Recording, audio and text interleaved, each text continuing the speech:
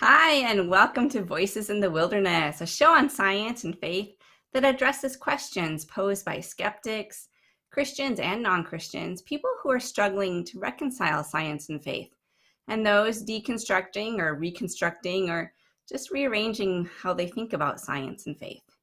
We bring various voices and conversations to open paths for those who wander to connect with Jesus along their journey. If you're watching live on Facebook or YouTube, you may ask questions in the chat boxes, and we'll keep an eye out for them.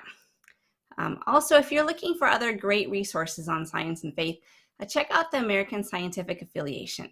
They have their annual meeting coming in just a few weeks at the end of July in Canada. And one of their keynote speakers is Dennis Alexander, a molecular biologist from the Faraday Institute.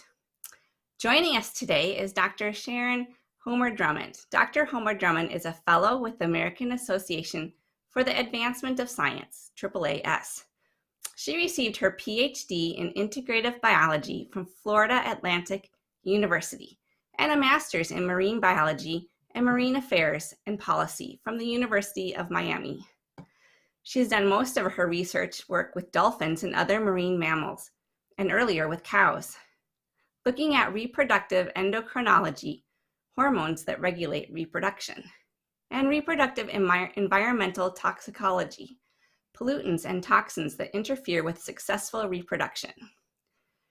More broadly, she's interested in ecological health, human impacts to ecology, and the interconnectedness of human, animal, and environmental health.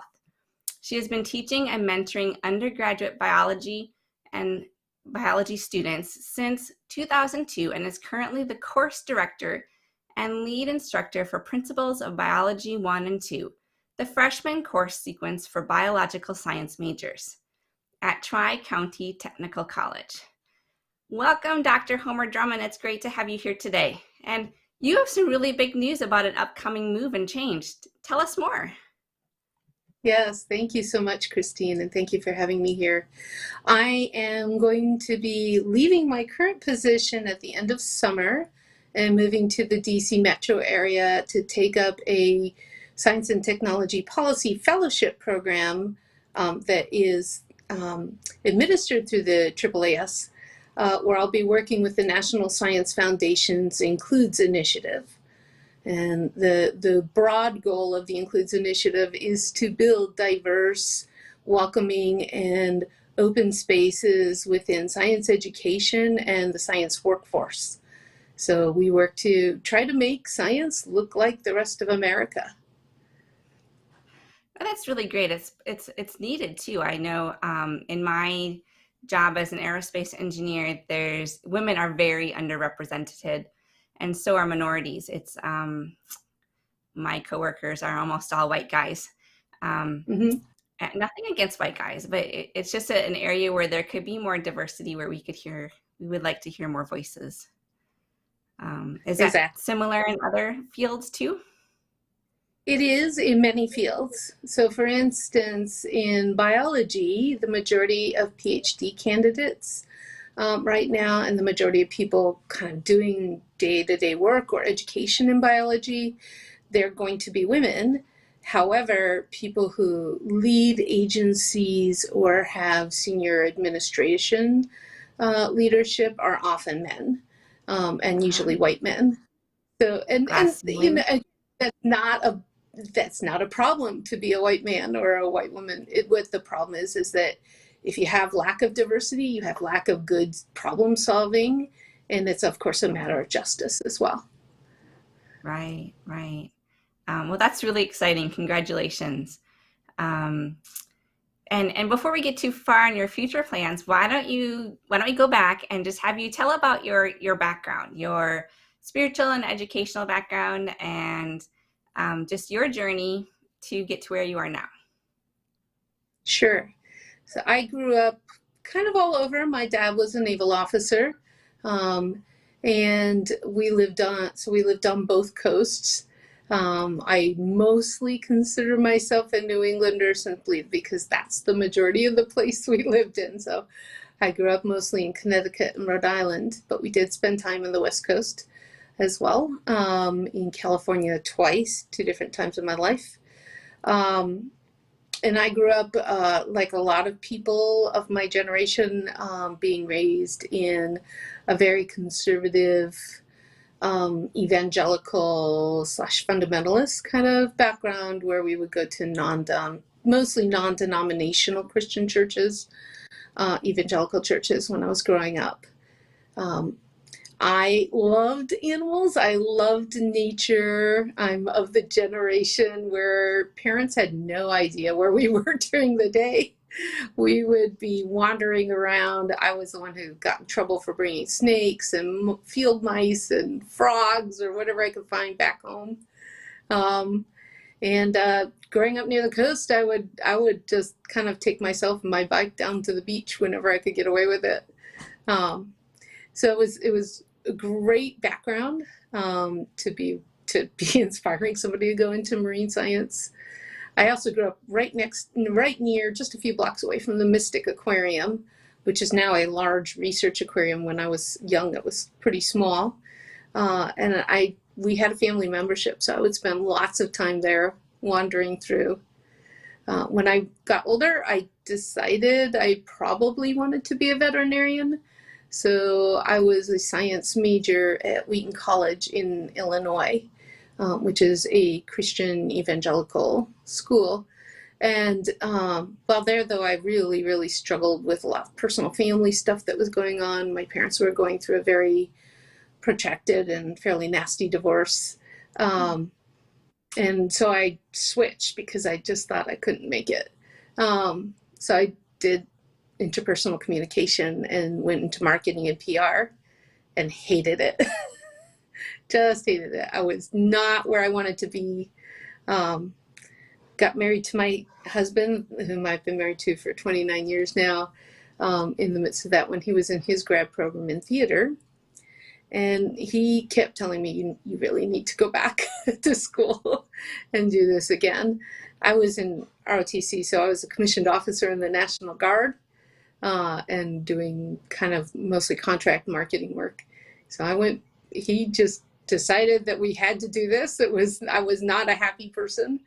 So when I was gone at annual training one year, he enrolled me in school at the University of Illinois. And when I got back, he said, guess what, we're moving. So we moved to Champaign-Urbana, and I did an animal science degree there. Did a lot of what we now call course-based undergraduate research projects. And then when I was done with that, I did a post-bac research project with the veterinary college there. And in the process, I really realized I love veterinary medicine, but I didn't necessarily want to go to that for grad school, that I really love science and research. So I applied to several grad programs, and got into the University of Miami's Rosenstiel School, which is a marine science graduate campus, and studied reproduction of dolphins that were and some other marine mammals in managed care in an aquarium right next to the campus, and was looking at hormone assays, and managed breeding programs and assisted reproductive technology. And then when I was defending, one of my committee members just said, hey, have you considered what would happen to wild dolphins when there's endocrine disruption? And I really had to take a moment because, one, I had never thought of it, and two, I wasn't quite sure what he was talking about. So I told him I would need to look things up. And so I went and did a little bit of work reading of his own research, which was looking at endocrine disruption in fishes, and was kind of hooked. So I applied to Florida Atlantic University's, at the time, brand new Ph.D. program. I was in the second class to enter it, to look at endocrine disruption in wild dolphins. And one of the people whom I had been really kind of bugging to be on my master's committee was at the time associated with Florida Atlantic University. His name was Dr. Greg Bossert.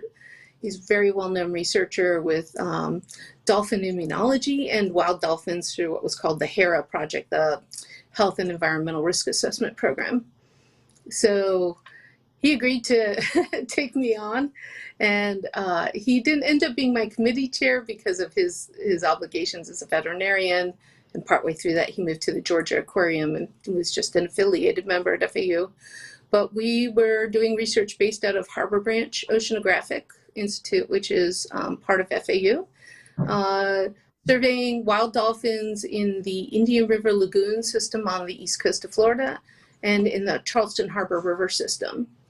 And that went through 2019, long after I had graduated in 2012. And 2019 summer was our last field expedition. Of course, 2020 is when the pandemic started and all field work got closed. But also, unfortunately, and to my deep sorrow, because I had grown to love this man. He was a wonderful mentor. Dr. Bosser died of cancer in December of 2019. So we have not picked that project back up. It takes a lot of funding to do that kind of work. But I continue to use that research in projects with other people, especially with writing educational materials and working with my students.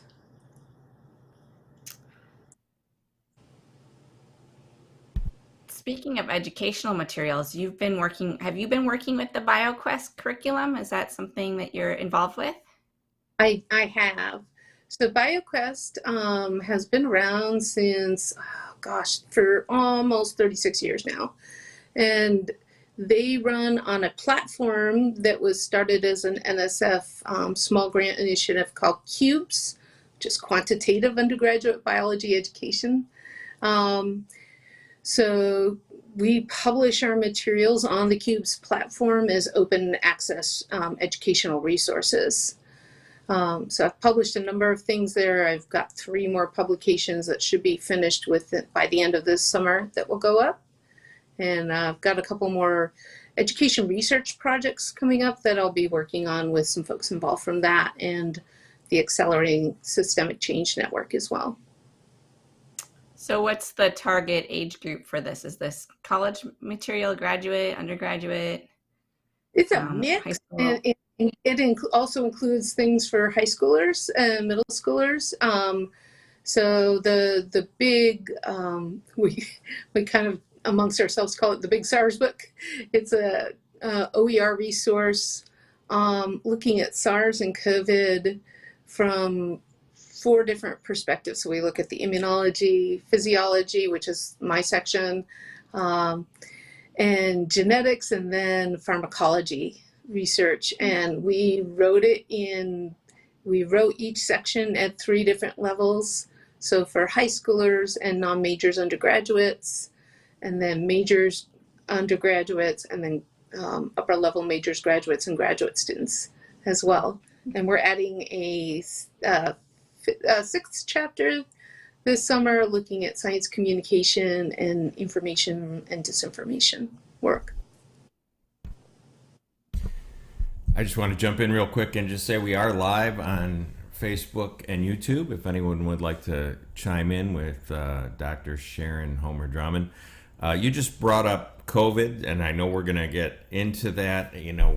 Our show kind of tries to meet people at the intersection of faith and science. And lately, especially in the West, there seems to be more conflict there than is necessary. COVID among them. I'm just interested, what's been your experience in your Christian fellowship or circles regarding, well, since you brought up COVID, let's start there with COVID. Yeah, it's really mixed. I think part of the difficulty we're having with conflict is a conflation which people, and this is not just Christians, it's people who have strong ideologies in lots of circles. Christians can be among those people, but you see this with people who have very strong political ideologies as well. So we get this conflation between the ideology and your desire to defend that ideology with anything you see as being in conflict with that ideology. So for vaccination research and COVID as a viral illness, one of the big problems we see is that people get told things about the people who are doing that research. And so often you're told, gosh, all those scientists, they're very liberal and they don't like God or they hate God. And so anything that comes out of them must be in conflict with our faith, rather than really doing what Christ and Scripture tell us to do, which is to fully love other human beings and approach them as if they are our brothers and sisters, which they are. And so we really wanted to be able to kind of take some of the heat out of that discussion and say, okay, what are we finding in science? One of the things I often talk to my students about, especially when they have ideological conflicts and they really perceive something that might be come out of science as being part of that conflict, is that most scientists are going to be people who come from a faith background or who have a faith. Often in the United States, it's often going to be people who are Christians themselves and really committed Christians. And there's nothing in science that says, that really says anything about God. What it says is we're looking at the natural world from within the natural world, which of course means that scientists can't develop proof about God or lack of proof. They can't disprove him. It's really not a question for science to address. Science is addressing what can we know about the natural world from within the natural world using the tools of the natural world. And faith is really addressing, and for me, my faith is addressing what can we know about God and our relationship with God and what our moral obligations are, what is driving us or stimulating us to want to do specific things, like, for instance, protect people's health or protect environmental health. Why does that matter from a moral standpoint? And this is where I really feel faith and science have a lot to speak to each other about, because, of course, faith can tell us why morally and ethically we should be doing specific things and put ethical boundaries around certain actions.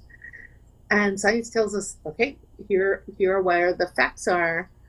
Here are things that we can do about that. Why do you think that is such a difficult message to get across to many I would say, in the Christian community in the United States in our time? Mm-hmm.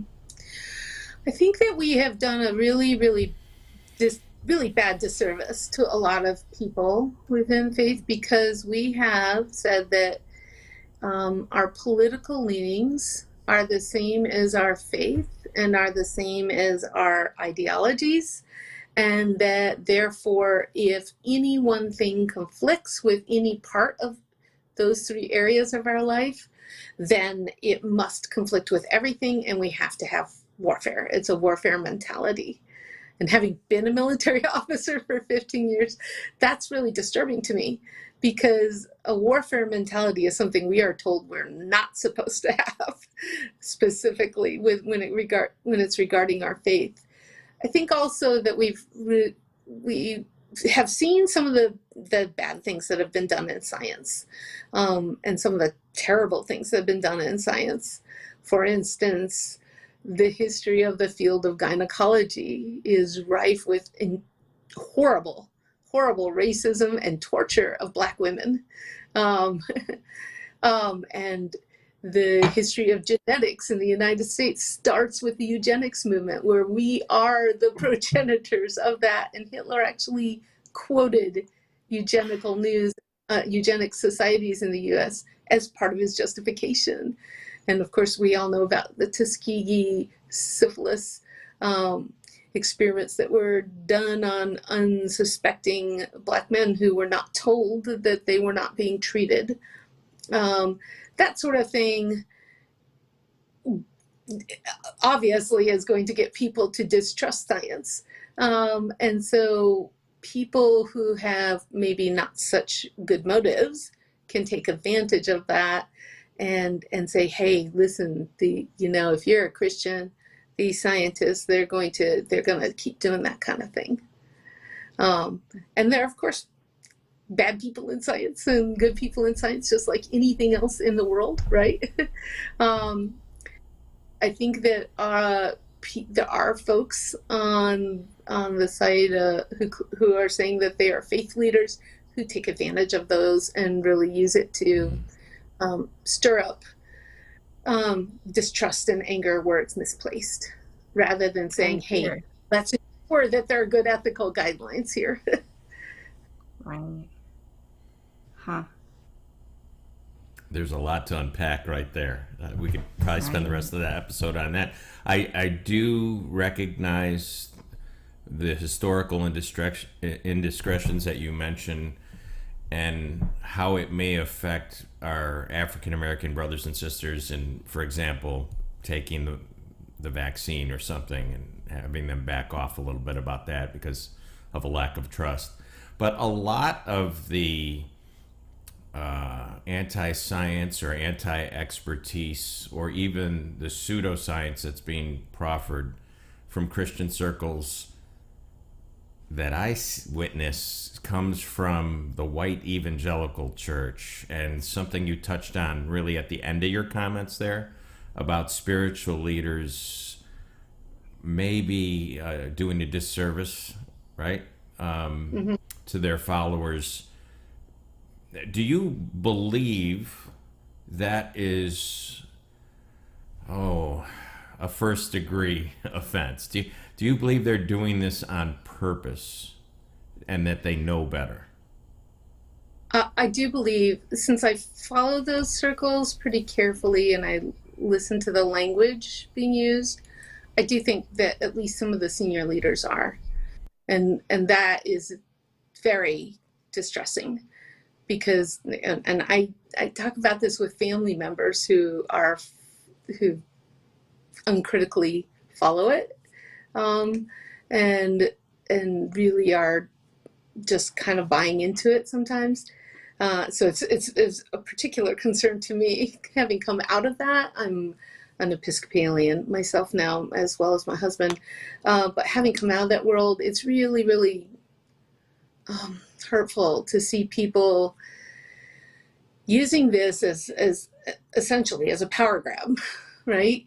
If you can get people to distrust these folks over here and get angry at them, they will give you power as a result, because they will give you money. They will follow what you're saying. They'll do what you're saying with uncritical eyes, which can literally kill people. And so, yeah, I think I would agree. It is a first order offense. It's a sin, because what they're doing is using people's lack of knowledge themselves, or not having a great education in methodologies of science or how the process of science works, to take advantage of them. And that to me is just plain wrong. And I know more related to your particular fields than COVID, a lot of Christians are pretty skeptical of climate science. Yeah. I see many who think it's all just a ploy by big government or by atheist scientists to raise taxes or to restrict businesses and capitalism, or to get people to buy battery-operated cars, or whatever they think the agenda is. It is climate science just, kind of something we don't really know or understand well, or is there real strong data to support the conclusions that are coming out of the science? There is excellent data, and it goes back a really long time.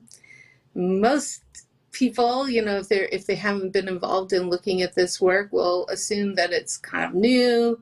But even going back just 20 years, it was Republicans and conservative people who were talking about climate science and who were actually advocating for, say, carbon taxes or carbon tax exchanges or carbon having a carbon market where you could exchange pollution credits. But going back even further, the very first papers that were ever published that were predicting climate change and talking about why it would happen were published in the 1800s. It is not a new thing. We've known about this for a long time, and we know about it for some really basic reasons, as well as all the data that we've accumulated in actually directly researching it. We know about it because we know how chemistry works. So we know how carbon and carbon dioxide interacts under certain pressures, at certain elevations, under certain temperatures. That is a basic chemical reaction. That's not something that scientists make up. In fact, we all rely on those chemical reactions every day. Life on Earth does. So we know why carbon dioxide is a greenhouse gas. It's because of the chemistry that carbon itself can do, which is the heart of all organic molecules. Carbon has 4 places an individual carbon atom can bond to other atoms, and it will share its electrons when it does that very, very well. And so carbon chemistry is something we've known about for a couple hundred years now. And so being able to predict what would happen if you start releasing more carbon dioxide than is normally in the normal cycle of life is where we have an issue. So normally carbon and pretty much all the other elements and some molecules like water have a normal, what we call a biogeochemical cycle. When they're not in the cycle, they are being stored in places. So for carbon, its primary storage place when it's not in a living organism or not in the life cycle is the atmosphere, where it works as what we call a greenhouse gas. It traps some heat against the earth. That's great. We love that because we need to keep things warm enough that life can exist. And of course, plants, when the carbon dioxide is making its way down toward the surface of the earth, need that for photosynthesis, and other photosynthetic organisms like algae will use it as well. That cycle then means that when those organisms bring carbon dioxide into the process of photosynthesis, that they use that carbon to build larger carbon or organic molecules, the base molecule of which is going to be glucose for living organisms, so basic sugar. And then they put those together to make other products that the plant needs for itself or the algal cell needs for itself, like cellulose, which they put into their cell walls to be able to stand upright and to be able to support their cells, and oils, which are plant-based, or proteins, or any of the other major biochemical or molecules that are large macromolecules that living organisms use. And of course, everything else, what we would call a heterotroph that depends on those primary producing photosynthesizers, has to eat them or eat things that eat them. And every time we do that, we're transferring energy in the bonds between the carbons and the carbons themselves into that new organism.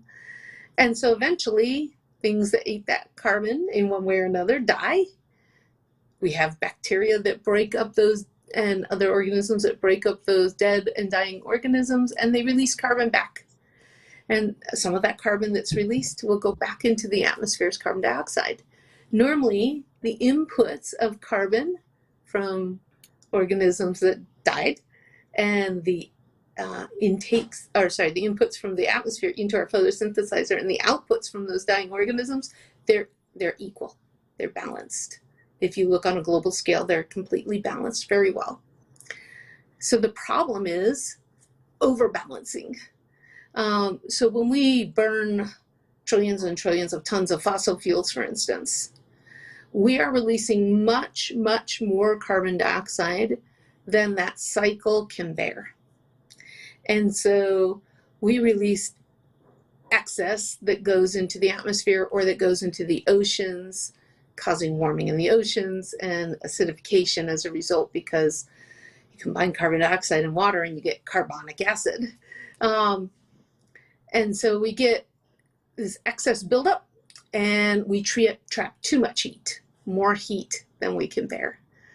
And so you get warming as a result. There's been a lot of people who push back on this will say something like methane, CH3 or CH4, depending on its format, is more potent greenhouse gas. This is true, it is. It's just that there's less methane being released than the excess carbon dioxide. It's still being released in excess, and as we get tundra and glacial melt, we get more methane being released. Same thing with mining, you get more excess methane, and that kind of helps accelerate some of these cycles. Water vapor is also a very potent form because it forms a shield. But again, that excess water vapor is due to the excess carbon dioxide happening first. I know we're going to dig more into the science. I could tell Christine's getting excited because this is her wheelhouse. But there's something Christine brought up that I'd like to dig into a little bit, and something you said about ideology. And I want to tackle this from the two sides that you probably receive flack from. I'm just guessing, so you can correct me if I'm wrong. But on one side, and I feel comfortable to talk about this because I used to be this person that I'm going to explain to you, a Christian nationalist who did view the science as not reliable, just a tool being used by globalists who really are at war with capitalism and the American way and Christianity. So let me speak to that side for a second.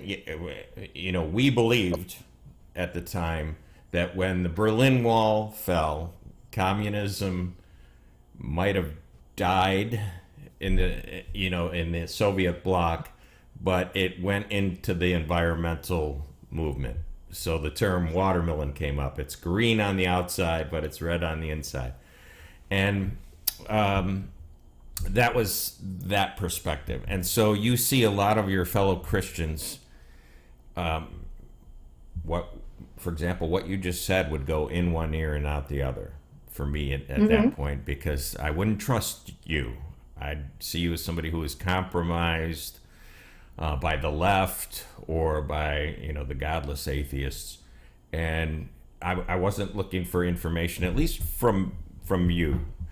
On the other side of it, you have your colleagues in science, and they're seeing that the majority of the people who are parading pseudoscience, trotting out pseudoscience, and actively fighting against serious measures to deal with the kind of climate change and consequences that you're speaking of are all people of faith.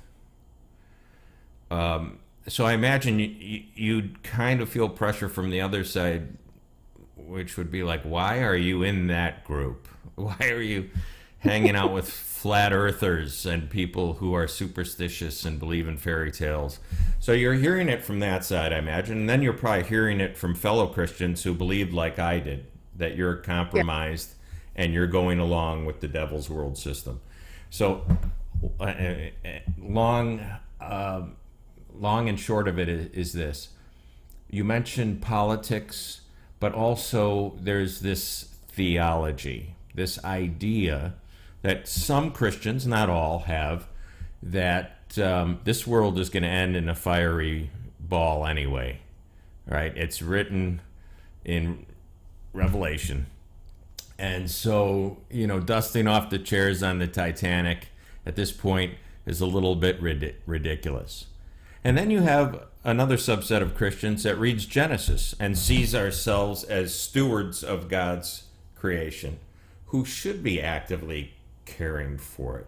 I wonder if you could just comment to both those sides, the Christian nationalist and also maybe your atheist or agnostic peers who roll their eyes at you maybe, or wonder what you have in common with, pretty much 17th century minds when it comes to these really critical issues. Right. Well, there's obviously a lot there, so I'll try to do it succinctly. Well, it's always fascinating to me when people who watch the Berlin Wall fall and say, "Oh God, we got rid of communism. Oh no, here come the Greens," because I am a Cold War warrior, and I grew up the daughter of a Cold War warrior. So I was there. I really thought for a while in my life that I would be most likely to die somewhere in Germany fighting the Reds. So that's always fascinating to me, just from the perspective of you really haven't done your due diligence in finding out who I am, if you're throwing that at me. But also I remember when the Berlin Wall fell, I fell to my knees. I was watching this on TV and started praising God and crying because, wow, a lot of people that I knew were gonna live, which was really important.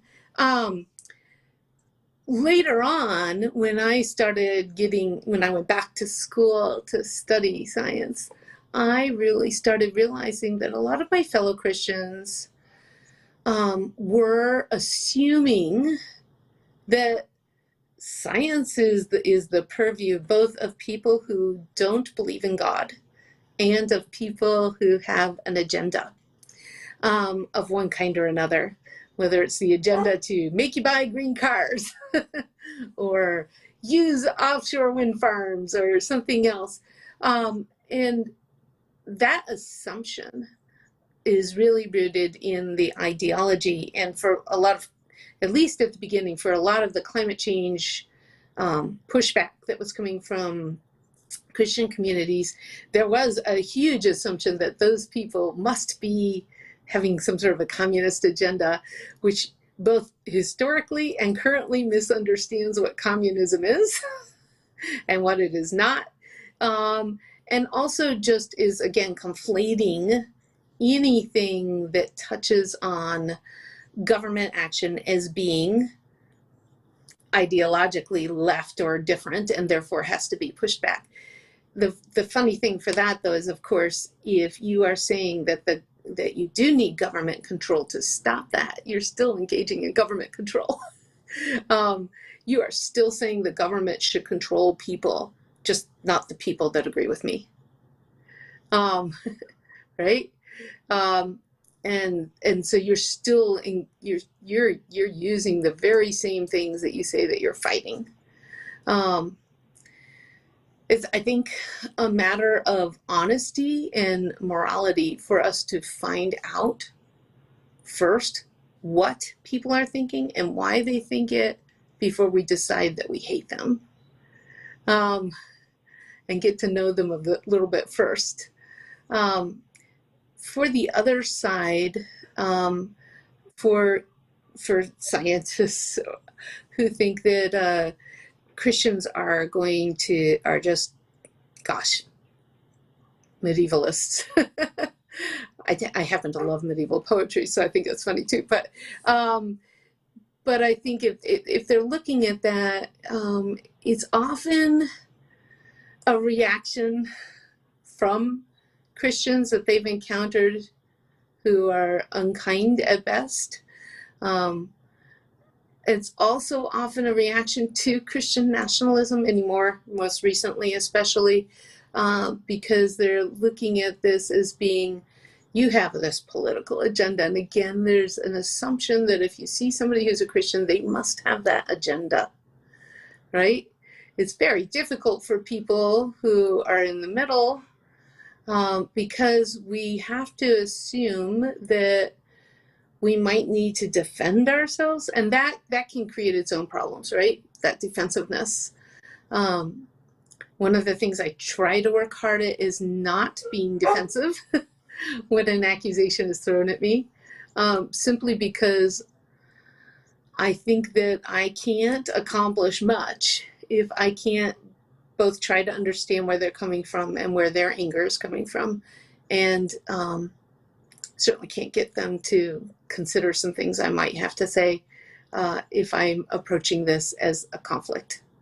So one of the things I do talk about a lot when I go to church groups to speak about climate change and creation care is I talk a lot about from the creation care perspective. It's just like, let's look at scripture. Let's look at what we're told about what we're here on earth for and who we are. Let's start there. Let's agree that we can all agree that we're told we're stewards. It's very plainly written, right? We can all agree that if you read Genesis, that God said this is all very good. And so why should we then give up on that very good because we think it doesn't matter. It's all going to die anyway. We don't have to worry about our actions as a result. I also think that we just, if Christians take that perspective, wow. So you're saying that the future of the children and grandchildren that you have and that everybody else has does not matter. That all that matters is we keep our economy growing now, because who cares what happens in the future?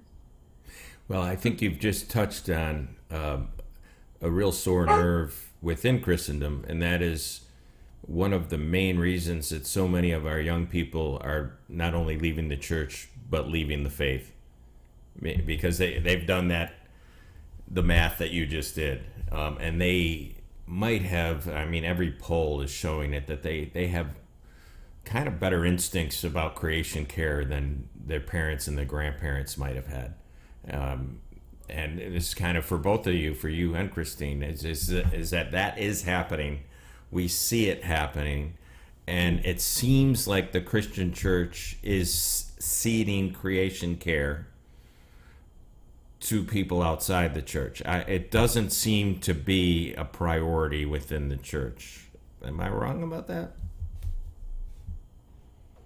Christine, you can speak from your perspective, but for me, yeah, I have had students on their knees crying in my office because they're being told that if you study evolution and if you study climate change and stuff like that, you have left the faith and we don't want you in our family.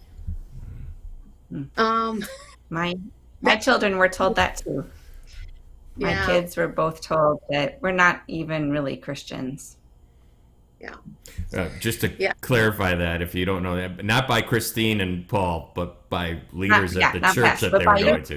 For my kids, it was, and it was our previous church, not the current one where we are. The youth group leaders flat out told my kids that we're not really Christians, and it was. Well, first of all, it was elevating a secondary issue to above the importance of Jesus and his life, death, and resurrection for salvation. So this is problematic because it's a heresy, right? I mean, what you think or know about science or climate or biology or evolution is not what determines what your heart is or where your faith is. I mean, you could be totally wrong on all those and be loving Jesus. So it is a huge problem, though, to tell this to kids, right? Because then they feel like they have to choose. And this statistics are saying that they are choosing, and they aren't choosing Christ. So it is putting up barriers to Jesus. Yeah, and that's heartbreaking, right? It's utterly heartbreaking to me to see a young adult go, I have to make a choice, and I really, really want to be a doctor, or I really, really want to be Yeah. a scientist. And therefore I have to make this choice. And I've seen it over and over and over again. And my daughter was told this by a school teacher in a public school, that she was going to hell because her mother taught this. Huh. And it just, Yeah, it was. that's just, wow. I keep going back to that verse of, if any one of you leave one of these little ones astray, it would be better if a millstone Right. were around their neck. Round. That is a pretty, especially when the data is so very abundant and so clear. I mean, you go look at it, and like you said, we've known about the climate data for well over 100 years. The evidence for evolution from multiple independent fields, and it's just so overwhelming. It's hard to say I'm going to believe something I know isn't true. So let me jump in on that for a little bit, as somebody who used to be entrenched in denying what both of you are talking about. Is that the data didn't matter, because we wouldn't admit it, but there was this kind of ad hominem thing where if you quoted something from PBS or NPR or CNN or MSNBC, it was junk. It was not reliable unless we heard it from Rush Limbaugh or Fox News or our pulpits. So we're talking about a group of Christians, for the most part, who aren't curious about those things. Remember, our worldview is certainty. We've got all the boxes checked off. We've figured it all out, and we're trying to share the truth with y'all. And so I think that there's a real problem with humility. I don't think, Christine, that the question is intellectual doubt when it comes to these things. That, filling in more information will help. For the students, it can be. For the students, it is. But I think it's more volitional. Right. I think it's more volitional and emotional. And that's why when these topics come up, it gets heated more than, enlightenment. It gets heated. It's us and them. And if, if you're not with us, you're against us. And you kind of see that breakdown and that divide politically in the 80% of evangelicals that went against everything that you brought up, bringing up Sharon or Dr. You brought up, when you try and get across to Christian communities the importance of creation care, you bring up the Bible. But I've seen in the last 10, 20 years people who proclaim that the Bible is their authority just walking away from things that we've been taught since Sunday school about, the care of an immigrant, for example, in both testaments is overwhelming, as you would say, Christine, is the science. And that's completely thrown out the window for build the wall. We're going to build the wall. They're going to pay for it. If people bring up these amazing verses about how Israel is supposed to actually cater to the sojourner, to the wanderer, to the person who's coming through their country, it's dismissed, and just outright, all the passages about pride that would normally guide our choices of leaders out the window. And so I wonder how much of the ideological restraint to this is more political than theological. I think I would say not even political, because political on itself is a neutral term, right? It's something I'm going into, the process of using policy to make decisions, and for relying on science to be able to understand what policies are going to be most effective and accomplish what you want to do. But I think it's partisan. And I think we have fallen into this trap of saying that our partisan ideologies trump everything else, and that everything else is viewed through that window, through that lens, and that therefore, if Scripture appears to contradict us, we throw it out. If if a former, for instance, I've been following anti-vaccination circles for quite a long time on social media, and before that, back when we had those chat boards online, and you see sometimes parents leaving that because they had a kid that was very, very sick, and they realized that their ideology was going to kill their child if they didn't leave, and somebody who might have been their best friend 2 minutes earlier is now their worst enemy because they changed their minds when they were confronted with a very real world circumstance of a very ill child who might die. That tells me that people who are falling into that trap are being led into thinking, above all, partisan ideology. That is the worldview. And having been raised in Christianity and been going to Christian schools, to use a phrase that's often used where they talk about Christian worldview, that's really the worldview. And again, I think that amounts to a power grab. We have power if we can destroy that opposite side.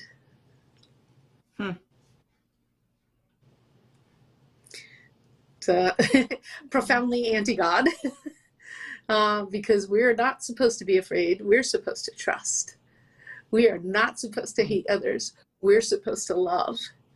And we are certainly not supposed to try to seize power and get worldly riches for ourselves, because what will it profit a man if he gains the whole world and loses his soul? Well, I don't want to leave this train of thought because I'm interested in how, if you even have a plan or some ideas as to how we can communicate not just the science of it and the truth of this to communities with closed ears. But we have had a comment come in from YouTube. I think I'd like to share it with you. It's a question from I don't know how to say it. BRGLGJ. That's my parents. Okay. It's probably my mom. Hi, Mom. Lois. How do you resolve the conflict with agricultural pollution and world food supply? For example, rice is the world's #1 food crop, but it is also a major contributor to atmospheric carbon, and for that matter, beef. Yeah. Mm-hmm. Good question. Right. So we have this conflict set up where we have, over 8 billion people now on the planet, and it's something like 8.2. And while the rate of population change has declined because we're in what's called a logistic growth curve now, where we're slowing down rates, we are still increasing. And we need to feed people, right? That would be immoral not to. And at the same time, we have a clock that's ticking, and we can't afford to wait to act on climate change, because that will kill rice production too and everything else if we don't deal with it. And so we have these two demands. And so one of the things we can do for agricultural production is, of course, turn to methods, some of which are quite old, that help to make agriculture more sustainable. For instance, how do we do cropping? Doing multiculture cropping as opposed to monoculture, which has been the U.S. model for quite a long time.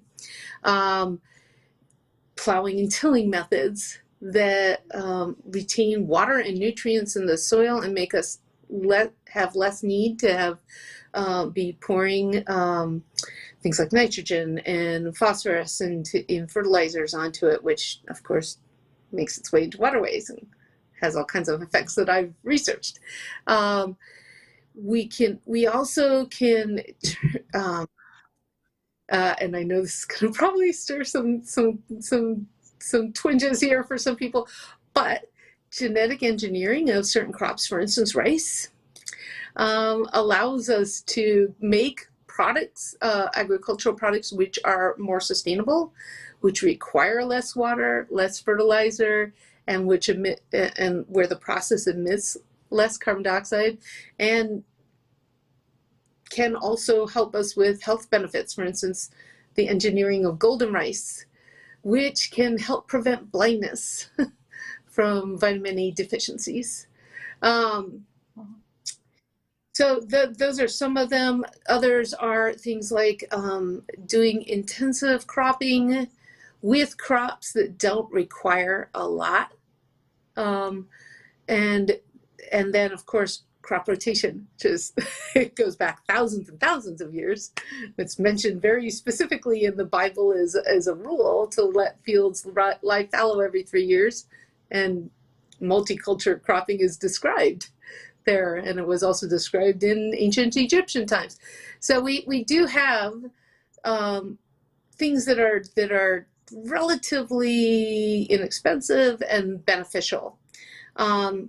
We also have to look at what other sources of nutrients can we use, that where maybe want some crops that are too intensive can be swapped out.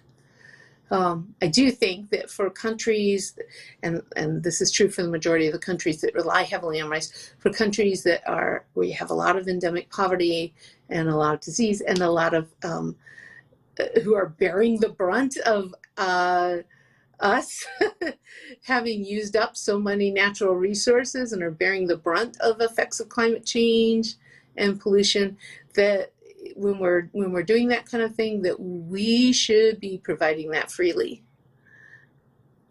and that we shouldn't be making people have to pay fees every year to grow these crops, because that just is I don't know, that's, to me, that's very unethical to say, okay, we've taken your resources and our resources and engaged in a lot of other things that have put you in a position where you're not able to sustain your own people, but we're not going to give you anything in return. So we've talked a little bit about how crops can affect the climate. What are some of the other effects that we're seeing with climate changes, like changes in frequencies and intensities of storms and melting polar ice caps and holes in the ozone, and why are these happening, and how does that affect us? So we described earlier the effect of greenhouse gas forcing, where you get overloading of greenhouse gases, which traps extra heat. And therefore you overbalance those normal biogeochemical cycles. And most of that is due to heavy use of fossil fuels. There are other things involved too. So for instance, eating up the food chain, where we have large production of beef cows, for instance, and you mentioned that earlier, is I know people joke about the study where they looked at this, but it does create a lot of methane release. And methane is a very potent greenhouse gas. Mining operations also cause a lot of methane release. And when you get that extra warming and you start to get melt, you get cratering and loss of tundra, frozen tundra, where the grasses and everything are frozen. And methane and other gases that were trapped in that frozen top layer of the earth are released when that happens. You also get a lot of, because you're getting two things happening with glaciers, you get increased glacial melt rates. So for instance, you get warming, and so instead of ice deposition and hardening and thickening of ice layers on glaciers, you get snow, and the snow melts faster. And so you're getting melting top down, but you're also getting, because water is warmer now because of how much carbon dioxide that has been absorbed, and a little more acidic in many cases, you get intrusion of fresh, warmer water moving underneath the glacier the glacial shelves that hang off the surface of the land, so that are floating. And that intrusion of water allows melt from beneath. And they're actually able to track this. I was reading a fascinating study a little earlier today, because this is what scientists do on their weekends. They start reading more. So I was reading a study earlier today where they were actually tracking rebound of the Earth's crust as as ice caps melt. And so you've had this heavy pressure on the Earth, it's kept the crust down, and as they melt, you get rebound, and it's deforming the crust of the Earth and causing ripples to form and changing the rate of continental drift as a result. That's a pretty powerful force for it to have that much effect, but it's measurable. So are these the kind of environmental effects that you're seeing impact reproductive abilities for marine mammals and other animals? So there are two things. So my work was looking at anthropogenic toxins, so chemicals that we make, that we release, that are not natural, they don't exist normally. I looked at both what are called legacy contaminants, so things that are the legacy of stuff we released a long time ago that we don't anymore, like PCB and DDT. And I also looked at emerging contaminants, so plastics and plasticizers, the stuff that goes into Teflon. This has often been reported recently as being called forever chemicals because they don't exist naturally, and so they don't break down in normal cycles. They don't have a biogeochemical cycle. And some of them don't break down because the nature of them. A lot of them are related to the lipids. So they're oils, they're oil-based because they came from petroleum products, or they're close enough chemically that they can act like it. And so my work was looking at, largely with the wild animals, at looking at steroids, which are also a lipid. All of our steroids come from cholesterol, and how well those matched our steroids and therefore could bind to the reproductive receptors in testes and ovaries. But more broadly, it is related to climate change, because what we're seeing are a couple effects. We're seeing prey shifts. So fish, for instance, dolphins are either dying out or they're moving further north to get away from increasingly warm waters. And so animals might have greater periods in which they have nutrient deficits. It depends on if those are animals that will follow their prey or not to some extent, but for the animals that I worked with, these were nearshore and inshore dolphins, so they tend to be homebodies. They hang out right in the area they were born, and they don't go very far. They don't interact with lots of other animals. They like where they're at. It's been a great place for them for thousands of years. And so they tend to just compete more and more for what's remaining. And if they can't find, say it's the middle of breeding season and they can't find enough food, what they'll start relying on is their own fat stores. Well, those toxins are stored in fat because they are a lipid. And fats are lipids. And so if they start burning their own fat stores, those toxins get released into their blood in a large volume all at once. And so for males, what we would see is early deaths. They did not live nearly as long as they could or should for their species. We've in the past tracked bottlenose dolphins, which was my primary animal, living till their 50s or 60s, and we're seeing males die in their 30s. And then for females, because they have a placenta just like we do for their calf, that's a largely lipid barrier, and so females usually would lose their first calf, or it would be born very sick and not make it, because mom is offloading her toxins across that placenta into the baby. And so the calf dies either in utero or shortly after. For females, that meant that then she's offloaded her toxic burden, and so she's going to be healthy for a while and can bear more calves. But that's kind of a vicious cycle, because with increased warming, you get increased prey shifts, and then this happens more frequently. And you also get increased disease. Emotionally? I mean, dolphins are really intelligent. That's got to be traumatic too for them, right? Yeah. Yeah, and we do see, and they, that it doesn't mean that dolphins are the happy, smiley guys who are always going to play and protect you and stuff. That's a myth. They are apex predators, like any other apex predator. But it does mean that, yeah, they do struggle. We see this with all kinds of animals where we're seeing increased loss. Elephants, for instance, are well known for mourning. Most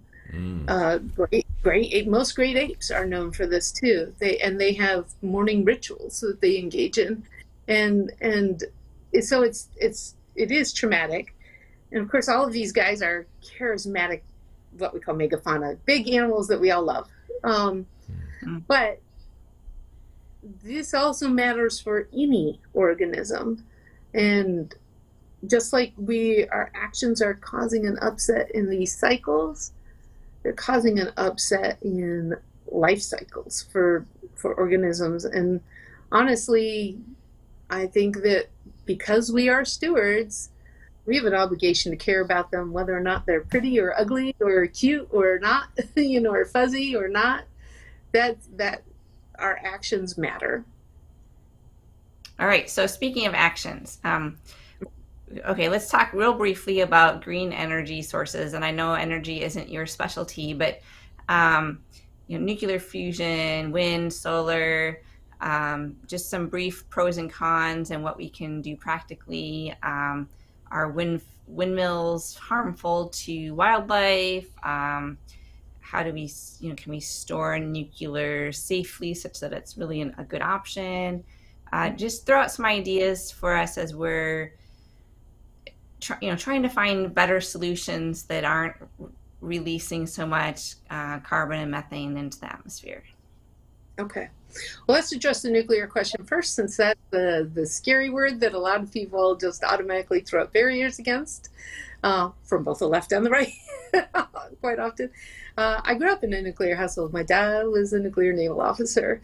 So the U.S. nuclear Navy has been doing this well throughout its entire history. They've never, ever had an accident. And they do something that France was doing very well, too, with a different type of nuclear plant, which is reprocessing spent fuel so that you don't have waste that you have to then figure out something to do with. And it's extremely effective.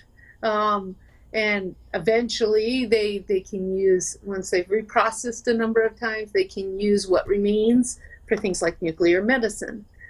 So you're really getting maximum use out of that energy with no waste product that you then have to figure out, what am I going to do with this very dangerous, long-lasting waste? That's fission. Fission. And then nuclear fusion is even better because you don't have waste at all. You're creating as opposed to breaking apart. So you're fusing atoms together. And that's what powers the sun. That's what powers all stars. And so we really would love to see this come on board. It is a fantastic source. It's a ways off. We've made a lot of progress, but it is quite a ways off. I can tell you, because I just had some conversations with some people in DOD and some other places just a few months ago, that they are eagerly waiting for it to become feasible for them to then fund startups. Because that would be a fantastic energy source, and it would not involve any carbon emissions at all. And you would then be able to both scale it up and also scale it down to have like mini plants, for instance, if we could make it available. It is quite quite a ways off, though. It's probably going to be a good 20 years before that really becomes available on a broader scale. Wind and solar are great sources. Of course, you don't need to have the sun shining all the time to have solar. Just look at people who use solar. You store it. You store the energy and you can distribute it. There are massive solar farms out there that are doing just that right now. Wind is also a good source. Now, wind can have some drawbacks depending on turbine design for wildlife. So there was a big concern going around when we started really going whole hog into this and putting wind farms, especially out in the West and in the mountain states where you get a lot of wind. And what they found was that certain turbine designs do have problems for migratory animals, especially birds or bats, and others don't. So I think this is more of a design issue and investing in proper design, and also doing a lot to help conserve those species that might be affected as well. I know there was concern about offshore wind farms with whales. That's really just a complete myth. And the people who are spreading it are the people who don't want us to use wind at all because they are invested in petroleum.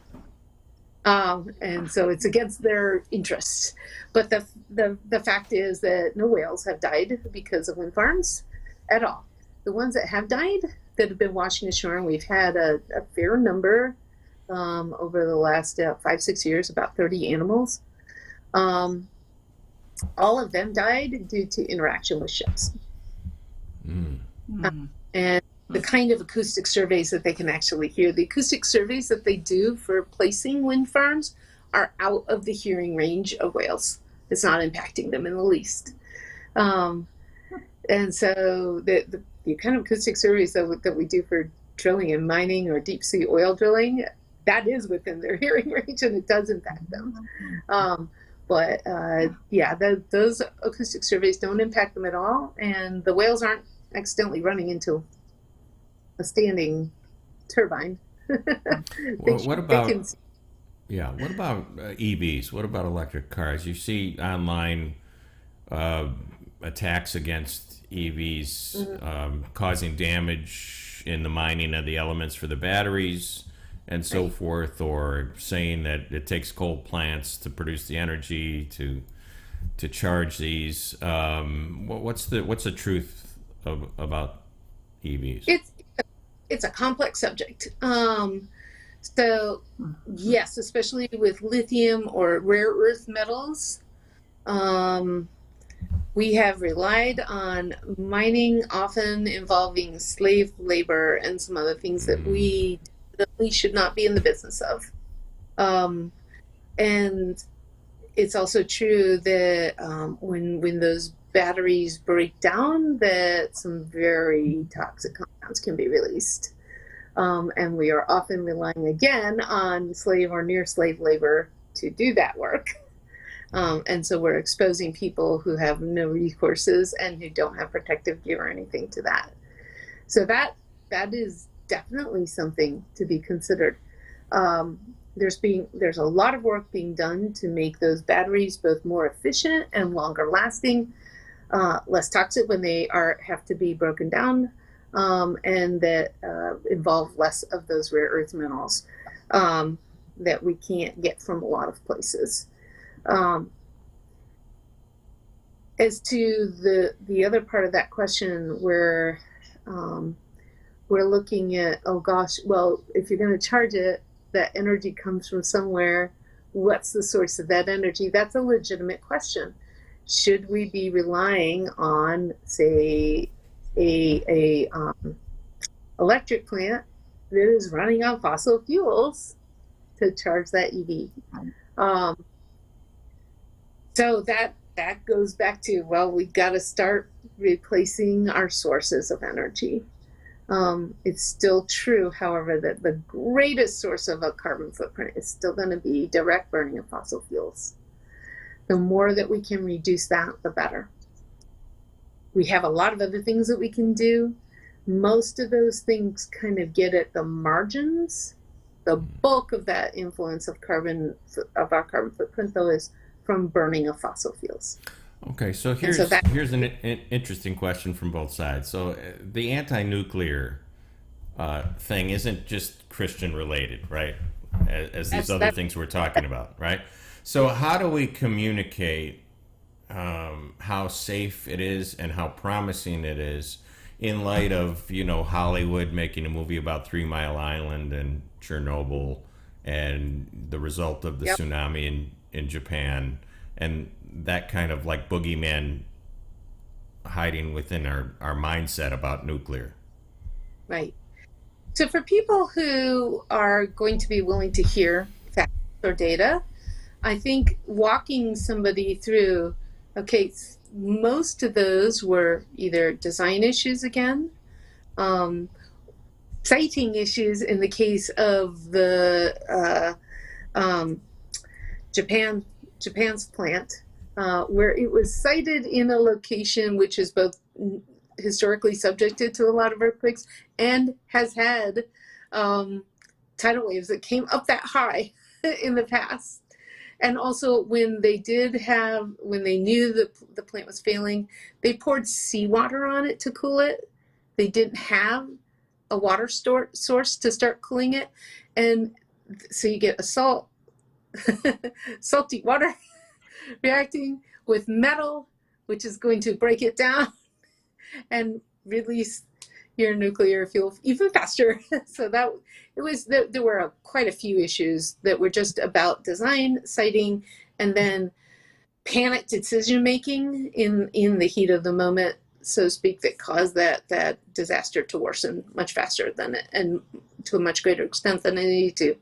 With Chernobyl, again, you had people who were on a night shift running a test that they were not qualified for. And when things started going wrong, they panicked. And you also had that plant was installed by Russia in Ukraine. We now know this from lots of documentation, on purpose, because they didn't want it in their own territory, but they wanted to use that energy.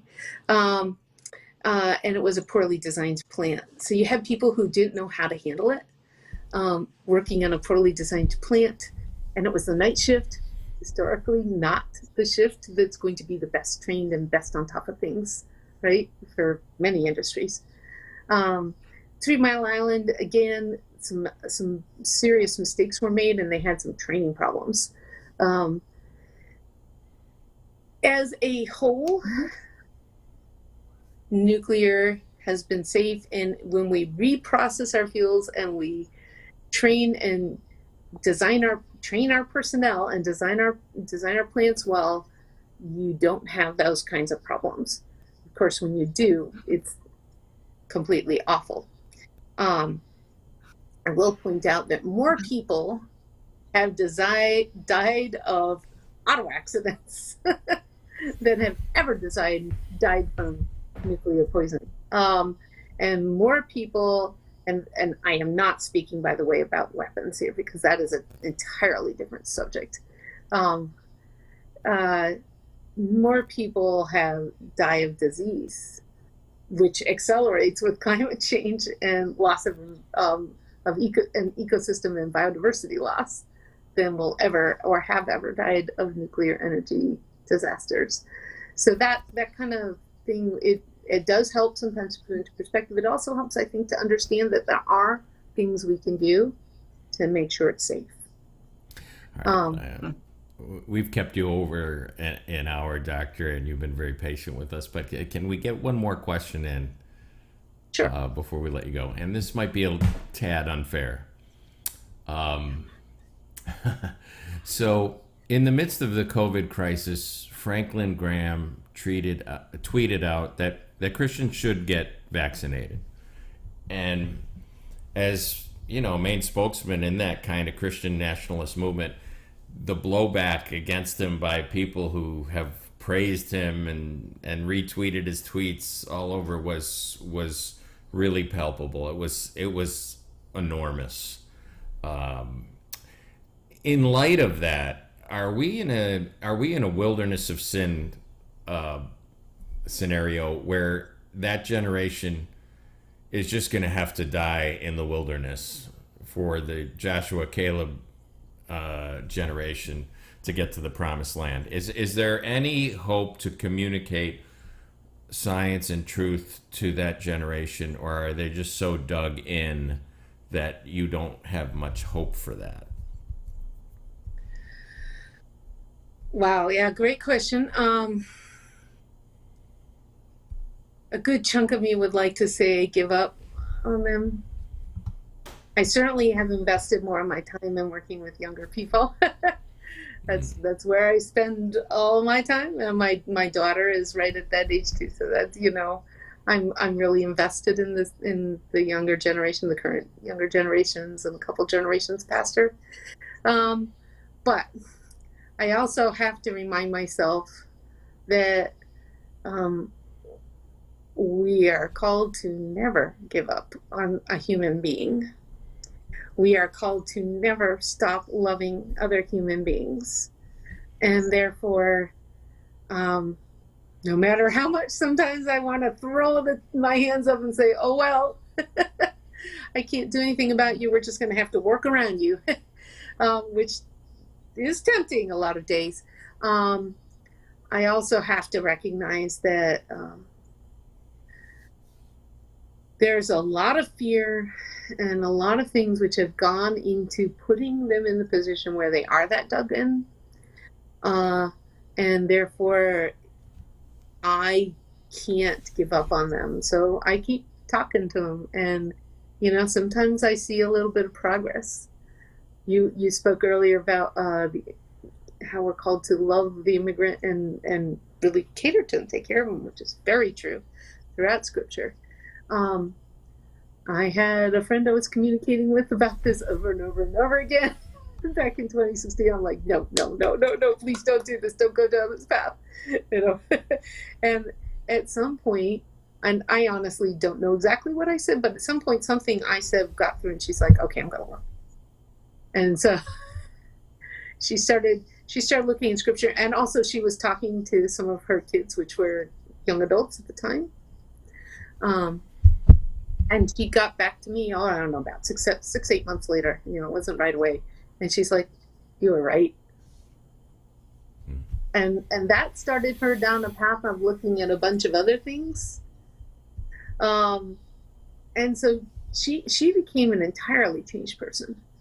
And, I can't discount God just kind of working on her heart on his own too. I don't think I said anything magical. But I think that one person is important. That one person has 5 kids.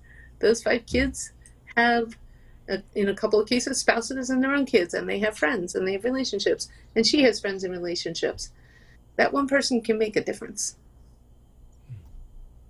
Well, and I think that's the key, is that these kind of conversations occur best and can be best heard in relationships with people, rather than social media arguments or maybe large group settings. I think the one-on-one piece is more effective. I think social media does have a place because you can have the opportunity to learn, but you have to be ready to listen. People who are entrenched aren't in a place to listen, and the social media piece doesn't get through. But the one-on-one relationship where you can talk and you can share common interests, and I know starting talking about climate change, if we start talking about being less wasteful, who doesn't agree with that? It's a very easy place to find common ground. Can we be less wasteful? What's something we can do to be better stewards? And waste is something that a lot of people agree on, and that's a good starting point, I found. And one time, because you want to save some money, right? Right. Good. those areas of commonality, they don't have partisan boundaries. I don't want to be Right. spending dollars a year on air conditioning.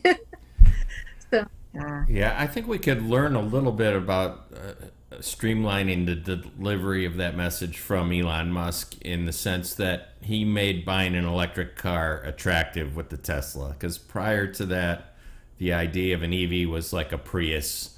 And there's a certain kind of person who doesn't want to be caught dead in a Prius. But when you have a car that's fast and that's sleek, you might be more open to it. So I like your suggestion that we can present the truth and the other advantages of saving money and something that might appeal to somebody Right.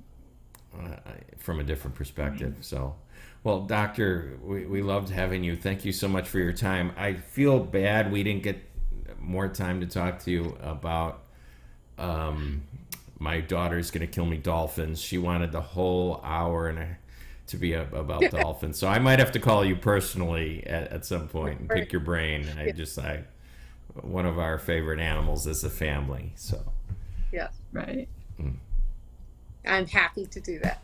yeah. Well, thank you so much for joining us today. Yeah. Thank you so much. I really loved being able to speak with both of you. Okay. Bye-bye. Goodbye.